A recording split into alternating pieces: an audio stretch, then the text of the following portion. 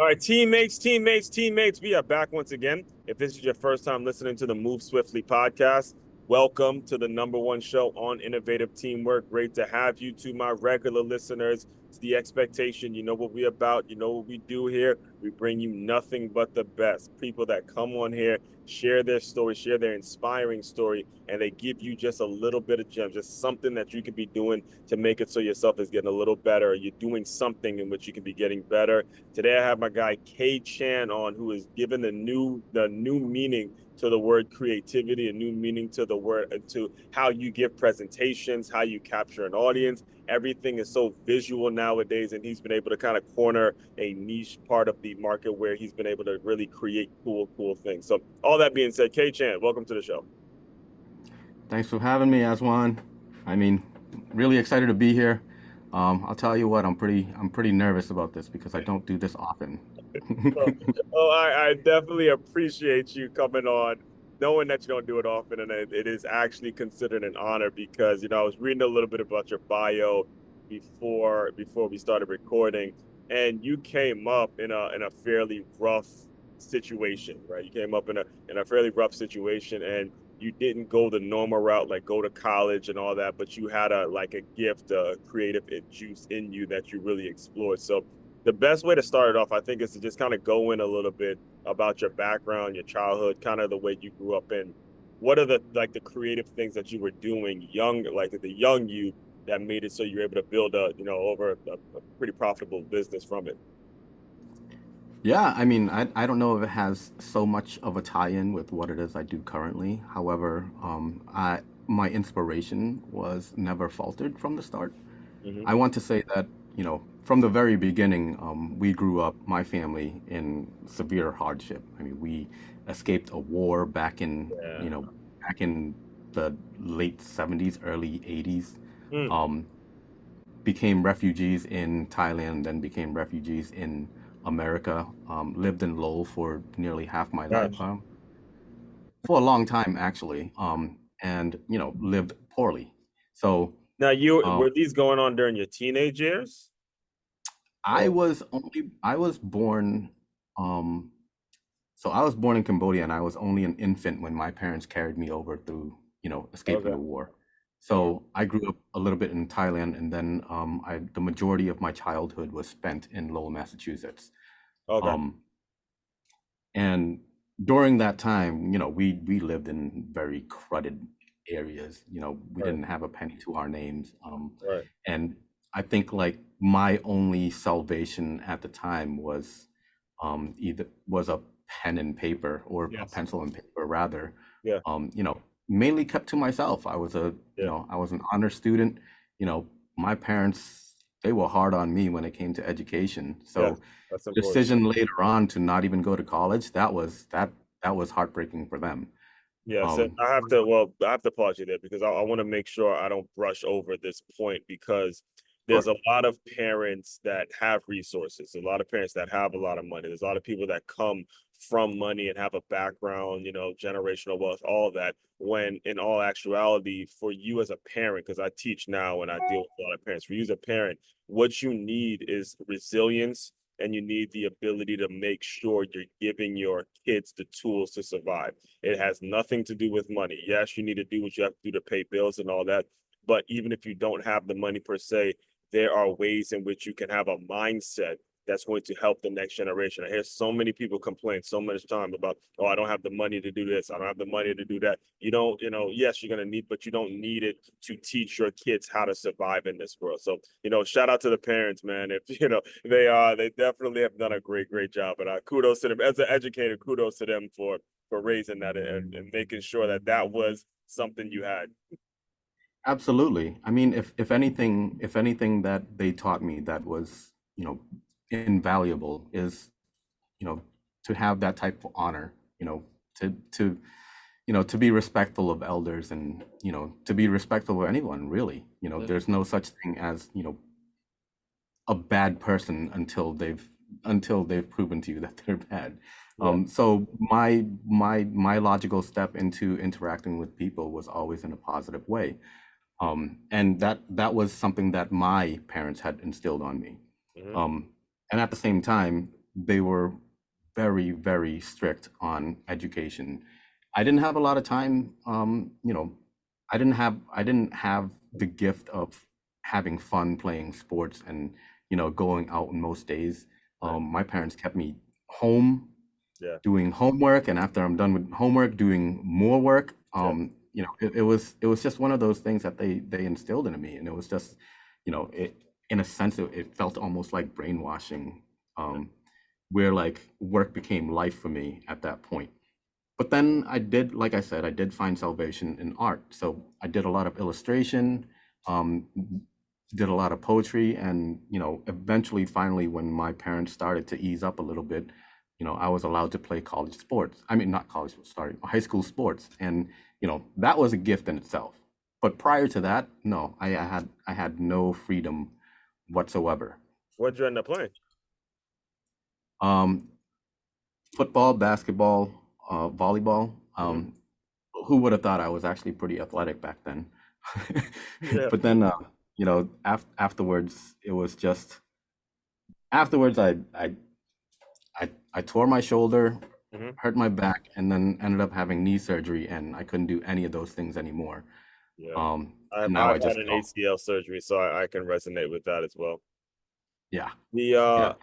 The only thing I can do now is golf, really, and yeah, badly. that golfing is good for business, my man. So what you graduated high school, and like you said, you chose not to go to college, but you go right into, because I know it mentioned in your bio that you were working certain jobs, like certain office project jobs that weren't fulfilling and things like that. Was that directly after high school, and how did you get into that?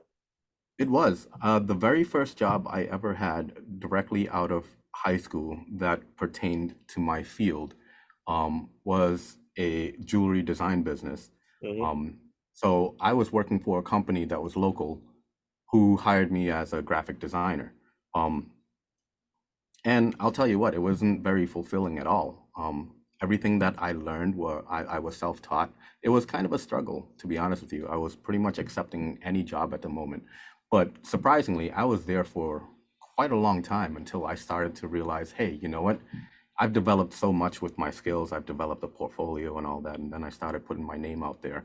The hardest thing that ever came about for me was my inability to speak to people, say like during interviews or public speaking or just meeting people in general, just because the way I was brought up, I was so secluded. Hmm. Um, I think, I mean, the one thing that actually really changed my life was because I went into a relationship with a girl, and we broke up, and I was brokenhearted, and then you know it was this whole thing that I'm not going to try to get into. Hmm. The thing is that I was knocking on my friend's door, looking for any sort of relief or comfort, or another a listening ear. I'm not sure if a lot of your listeners you know can relate to that, but it was a Quite struggle. a It was few. an There'd be emotional quite a struggle. few. We actually had a previous guest on who was in a similar situation, and the story with him is the breakup happened out of nowhere. It was like they were happy, and then one week she just calls him, he was injured, and next thing you know, they're broken up. So, you know, that happens. And one of the things that get this consistent, and you regular listeners know, one of the things that is consistent with everyone that has been able to build their brand or become a success is there was that period of doubt. There was that period where there was an outside force, an external person, something that made it so they had to doubt themselves and they had to overcome it. So the Right. point of me making sure I'm re-emphasizing that is understanding hard times are inevitable. People will let you down, but it's part of the process. When these things happen, you've got to knuckle up and just say, okay, part of the process. I said I wanted to be a success because, like you just said, during your time at it was at a jewelry store, right? Yeah. You Yeah. were picking up skills that are now that I'm sure you kind of draw back on now whenever you get a new client or whenever something comes up, you're able to draw back on those skills. So, speak a little bit about, when you finally made this decision to leave this place and get into I believe that it start off all this freelance work while you were working a job. How were you able to kind of put No. everything together? And because I looked at it, there was some pretty cool presentations. Thanks. No, my portfolio was built over several years. I mean, I've been a graphic designer for over, I want to say over 25 years now. Hmm. Um, and at the very start, it was a jewelry company, but then I started putting my name out there, and I started acquiring other odd jobs that weren't, so much better than that. But at the same time, I had the ability to, you know, my sole focus wasn't even about the money. It Hmm. was more about trying to acclimate to, the changing world. Everything was going digital. My forte at the time, we're talking about, 1999, 2000, 2001, 2002. During that time, we weren't drastically going digital so much, but I wanted to be ahead of the game. So that's when I took my skills into, graphic design and got everything digital. And from there, it was jumping from that particular company and going into other, more recognized companies. Hmm. And then after building such a huge portfolio, then instead of being able to, interview well, I allowed for my portfolio to speak for myself. So Hmm. all my hard work actually opened up a lot of doors for me. Having a history of artwork, having a history of things that I've done, all that portfolio, I was able to finally find jobs that was a little bit more befitting my role, I would say. So I started working at CVS, which is a huge company. You've heard of them. I Right. was designing for them, Mhm. and In then the corp, you're designing stuff for the corporate, in the corporate or yes, store level. Oh, yeah. corporate. So I was at the corporate level. Having done with that, I started designing for agencies. I was art director there, Hmm. and then finally moved on to Hasbro, which I was there for a good amount of time. That is a very recognized company and very creative people that I worked with. The thing about that was that I was just awestruck and inspired every single day that I went to work there, and that Hmm. was awesome. Being in a facility where where our main focus was just teamwork, Hmm. and then our main focus was for you to do your job and for your teammates to do your job and for everything to mesh so well that all of a sudden you have beautiful products like, I mean, if anybody's watching the podcast, you can see some of the stuff in my background. A lot of these things are the things that I personally made myself while working for the corporate company.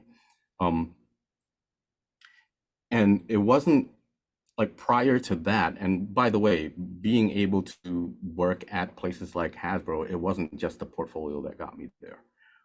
Remember I told you how I went through a bad breakup? Yeah. Well, the thing that really changed my life was Right. that my friend who got sick of hearing me, Right. you know, Complain about her. cry about this girl. Yeah. Right. He was like, hey, I need you to read this book, So he hands me a book. I was like, what is this? This looks so stupid. It looks like, all right. So at face value, I'm just looking at it and it's like, it looks like a Bible, you know. But in a way, he, coyly just said, yeah, in a way, it kind of is a Bible. So Mhm. I don't know if you're familiar with it, but the book that he actually handed to me is called The Game by Neil Strauss. Are you familiar with that at all? Yeah, I no, I haven't read that one. The author I'm familiar with, Okay. but the book I haven't read. Neil Strauss I've heard of. Neil Strauss, I mean. Yeah.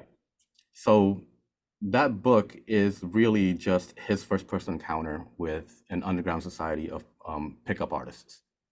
Hmm. So really, at face value, that's what the intention was for my friend to hand me that book. That was his intention, for me to just get over this girl, Yeah. read this book, maybe I'll learn something. Um, what unfolded wasn't, what he had planned. What instead unfolded was, hey, all of a sudden I'm able to see myself from a third person's perspective, being able to self-evaluate myself, Hmm. um, being able to finally get out of my, cargo shorts and, big t-shirts or like baggy pants and things of that nature. Hmm. Um, Finally understanding that, hey, you know what, self-improvement isn't just me being comfortable with myself, but Hmm. also being comfortable with myself in the way people see me too. Yeah. So that book changed a lot about me. My ability to even speak to you right now is actually originated from that book. Yes. I would never have done this, say Hmm. like 10 years ago. I never would have done this. Um, but the book itself, not it doesn't tell me how to speak to people necessarily, Hmm. but it gave me the courage to say, all right, click the button to accept this invitation, Yeah. or jump into this conversation with this crowd of people at a bar. Yeah. Just do it. And like no one is gonna judge you afterward. And even if they do, who cares? You Yeah. know, that inspired me to be able to just jump into any conversation, Hmm.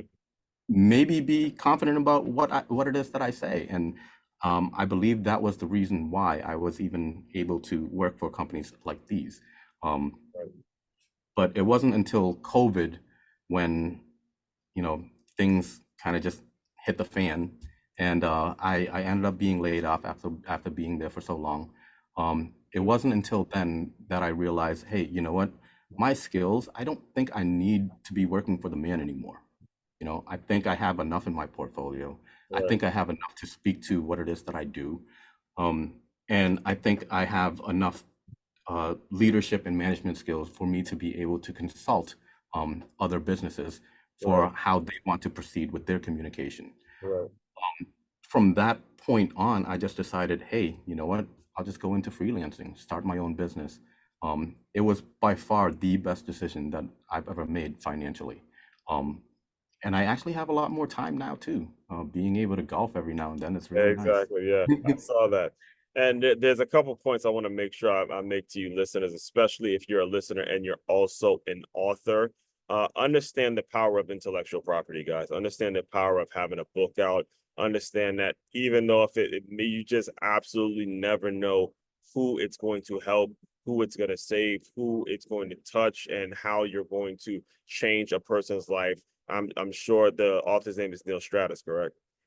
Neil Strauss. So he, puts a book out just like a lot of the authors that are listening now, and you just never know where it's going to go. It falls into your hands because somebody else recommended it, and ultimately that led to a significant change in his confidence, a significant change in his demeanor. And this is something that you have to be thinking about as an author, as you're struggling, maybe struggling to write a book. You may be struggling to get the book sold and all that.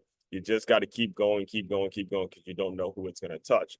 Next point I want to make is, there was a sense, and I don't want to brush it over, that yeah, I believe you said like 1999, where you saw the need for a graphic designer. You saw that there was going to be something out there where there's going to be needs for people that are in your field. What do you think attributed to you having that insight to know that what you do now was going to be needed back before the internet was a thing and before, there was all these social media and everyone's hiring a freelancer now? What do you attribute to that, to having that insight?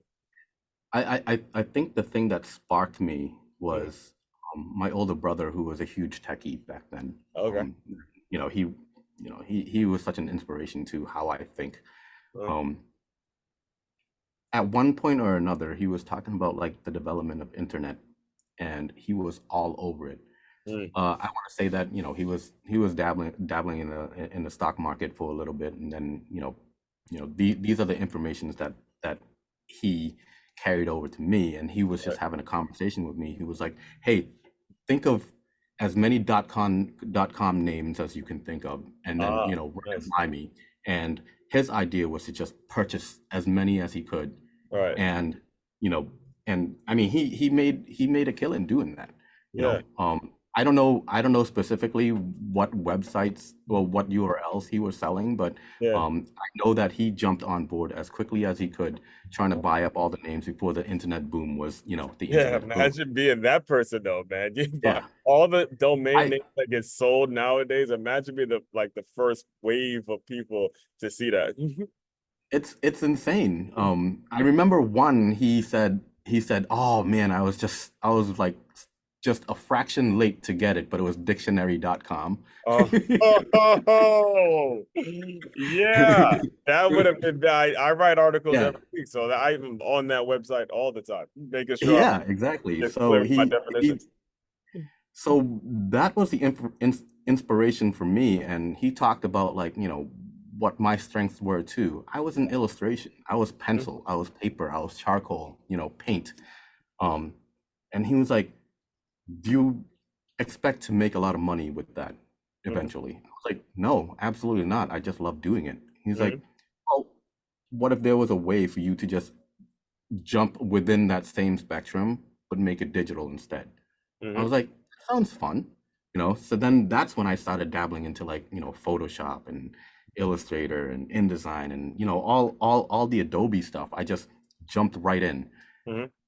And it wasn't until my brother and I had that conversation was when I realized, hey, you know what? There might actually be money in this. Mhm. The only problem was that I wasn't the only one that was thinking that. I Right. mean, RISD students were already being taught these things Yeah. while I was being self-taught.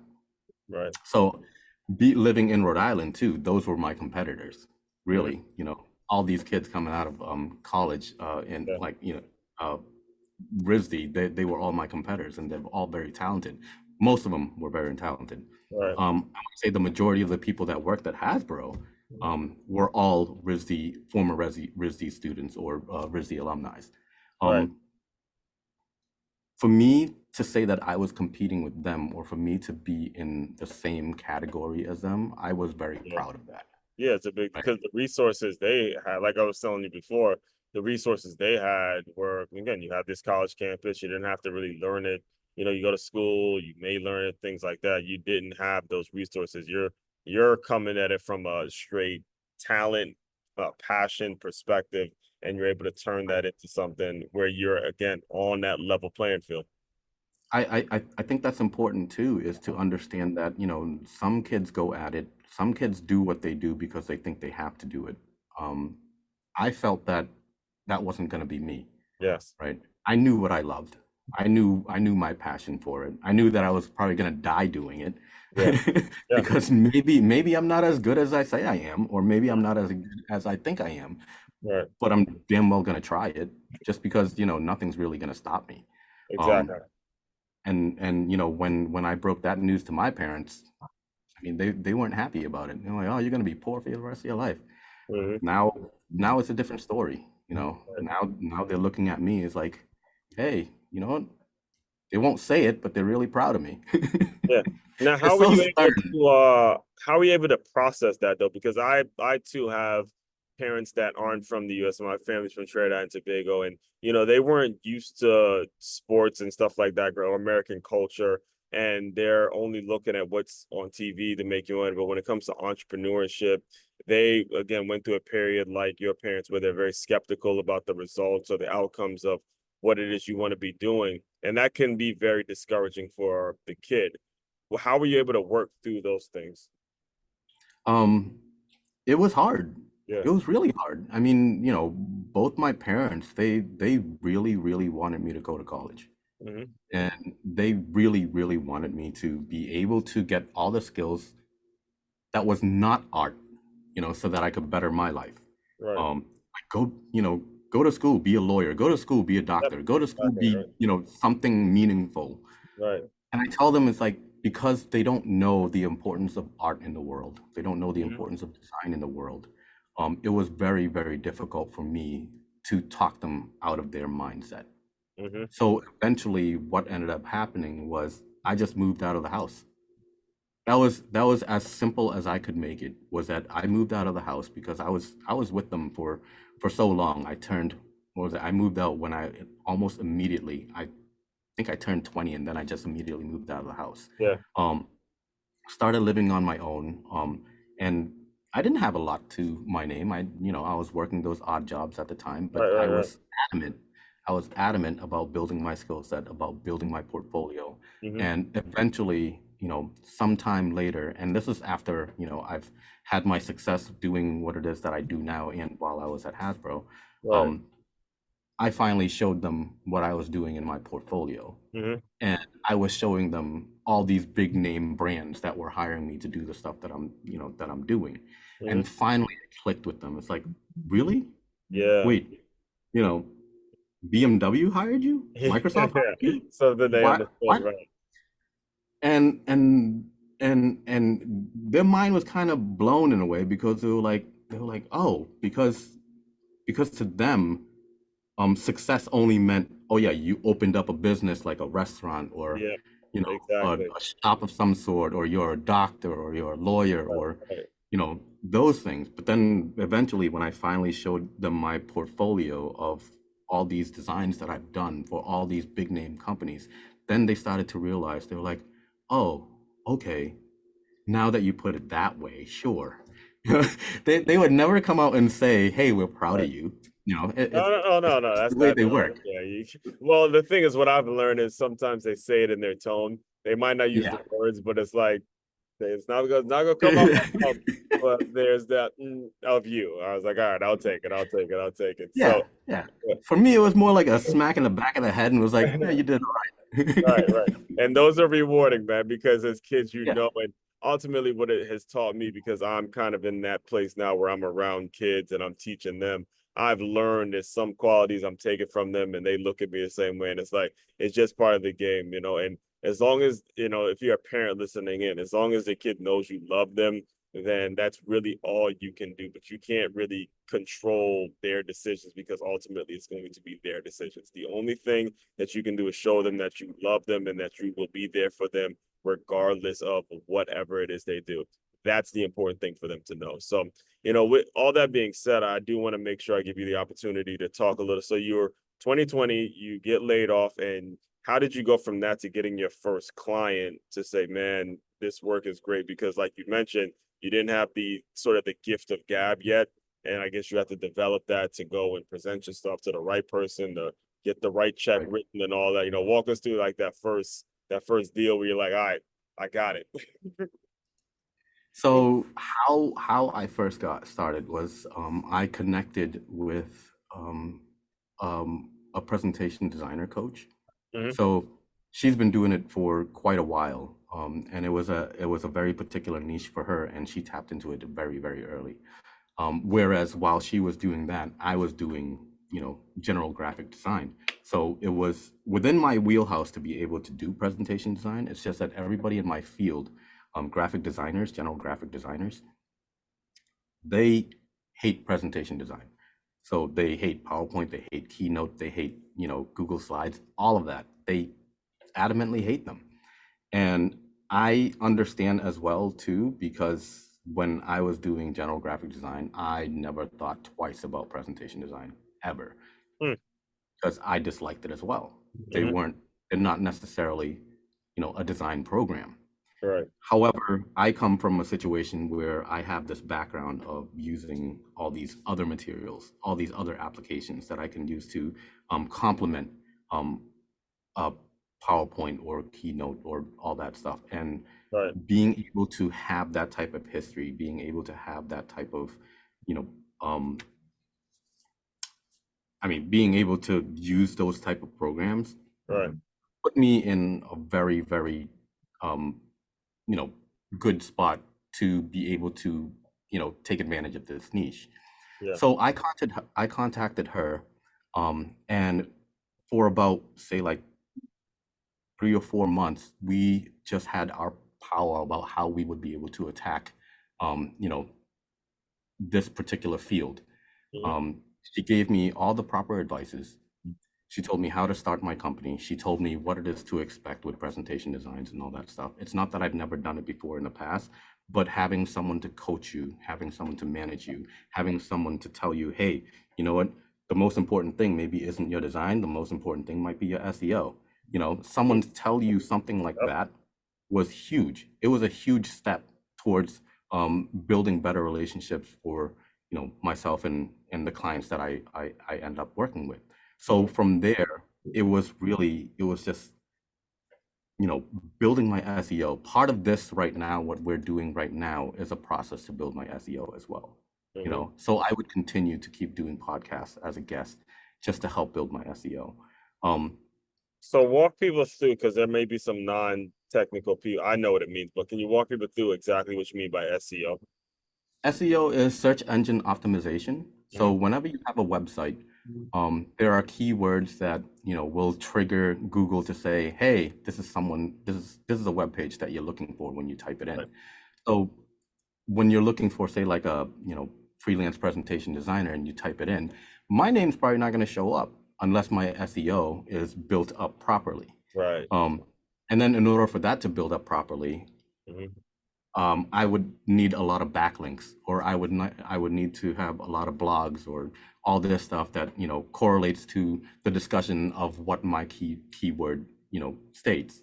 Exactly. Um, and and in order for to have those type of backlinks, it's me having to do a lot of legwork Hmm. or having a lot of other people post links to my site. So Hmm.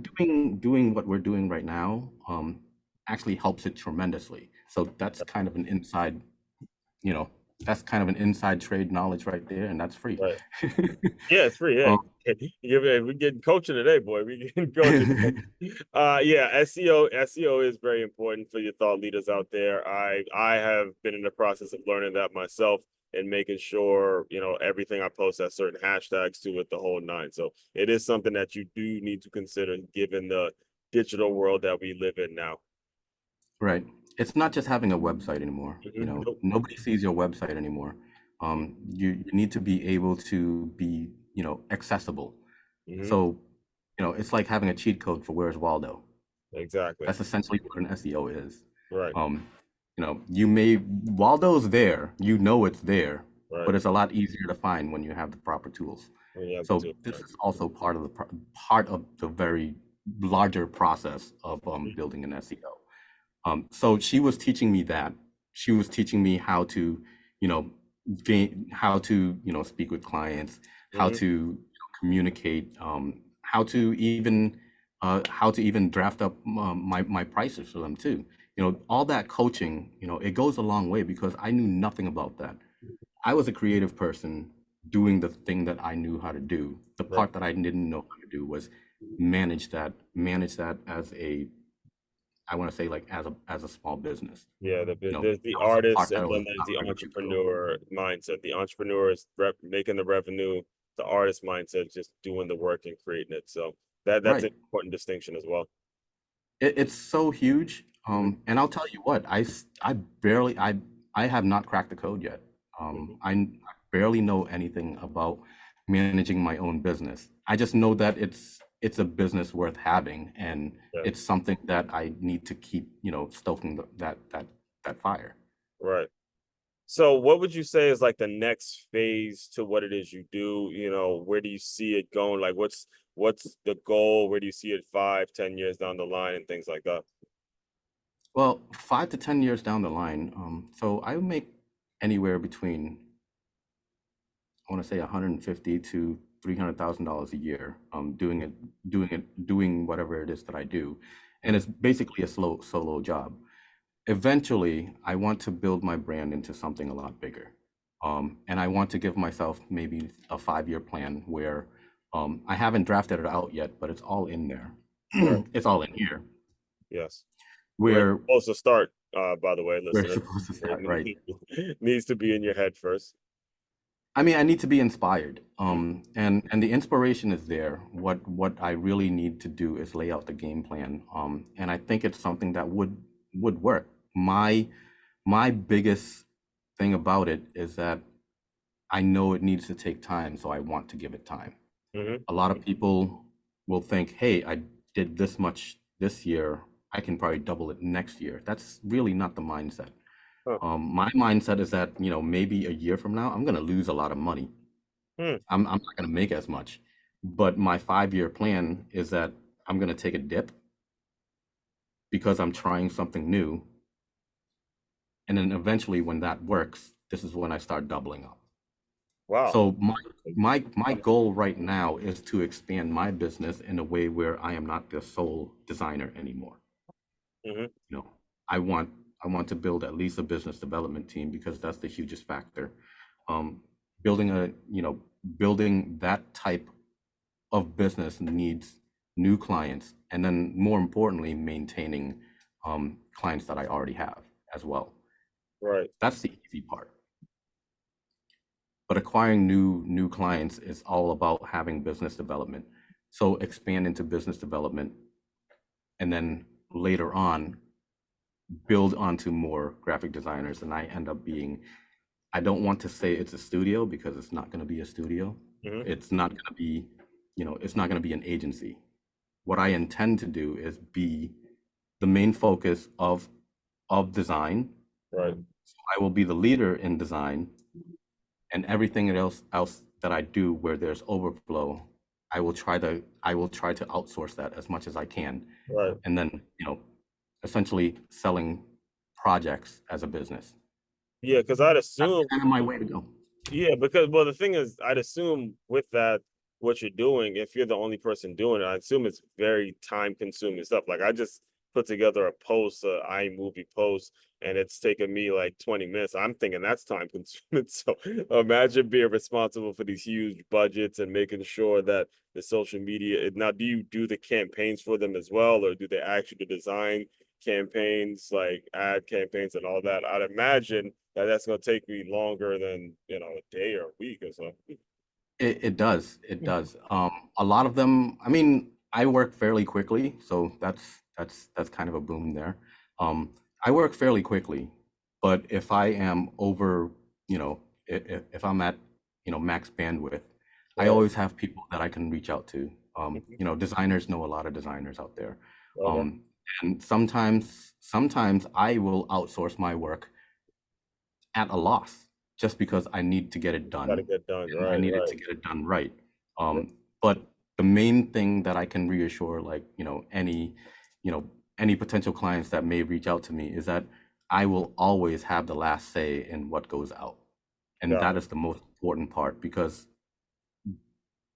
what we're talking about right now is white labeling, having other people work for me, being paid by me to do my projects. Hmm. The thing is that the project is coming from somewhere else. Right. So essentially, my business is about me being the art director to all these other agencies. Right. And then, having me have the last say, at least, you know, has that type of integrity that Right. says, hey, this is still my brand. This is still, the quality that I anticipate, doing or having for these clients. Right. So, what is the best way for people to get in touch with you? How can they reach out if they're interested in working with you? Best way to reach out to me is my website, chimeric.com, KHIMERIC.com. Hmm. Easily reach to me there. They could check out my portfolio, they could check out my website, see if I'm the right designer for them. And Great. then, really it's just an email away. I got you. So all that will be included in the show notes as well. And Kay, the way I close out all the shows is I want you to just use your imagination a little bit. You are young, maybe we'll say elementary school, you're struggling, your parents are on you about your grades, that I want you to pretend that little boy has come into the Zoom room, give him some words of encouragement, and we'll officially close. Well, number one, I'd say, what do you like doing? Or Hmm. what's your passion? And, whatever that answer is, you want to stoke that fire. You just want to say, hey, you know what, you got to keep at it. You got to, if people doubt you, you really have to make sure that you make them believe one way or another. Amen to that, man. Amen to that. I officially, there's very few times on this show where I actually have nothing to say, and I'm officially dropping the mic with that. So, all that being said, fellow teammates, continue to move swiftly. We will talk more soon.